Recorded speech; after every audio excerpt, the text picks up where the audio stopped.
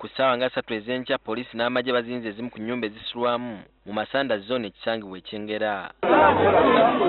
Abavubuka babiri ne bakyala baabwe bakwatiddwa ate emmotoka ekika kya Toyota Corolla ne pikipiki Bajaj nabyo ne babibowa nga tebirina biwandiiko. Abakwatiddwa kuliko Alice Nambatya, David Kavuma, Jane Nakawesi ne David Zimula. Mu nnyumba musangiddwamu ekibbo omubadde ebyawongo n'ensimbi eziwerako nga kiteeberezebwa nti abakwate emisana baadde bakola gwa kusawula.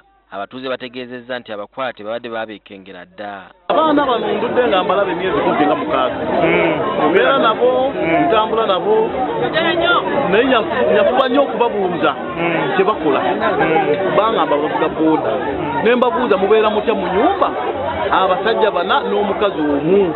Batutegeezezza nti abavubuka bano babadde tebakola nga basiiba mu zzaala na kwesiwa magengere kyokka nga babeera mu bulamu bwa kwejalabya. Basula mu luddo kiro ssaawa 8 ne bagenda okukola bakola mulimu ki? Osiiba onyo osula onyo gw'okola wa era obeera mu byo. Poliisi egamba nti yakozesezza bambega baayo okuzuula abavubuka bano abatigomya ebitundu eby'enjawulo. Abantu bano balina ganga nnene kuba ku bantu benafunyeko information bangambye nti babadde abantu nga 10 nga balina ganga.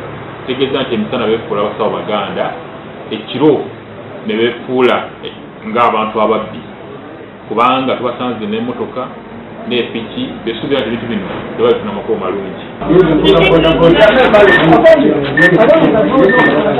Poliisi erabudde abatuuze okwegendereza abasawo b'ekinnansi kuba bayinza okubaviirako amaziga.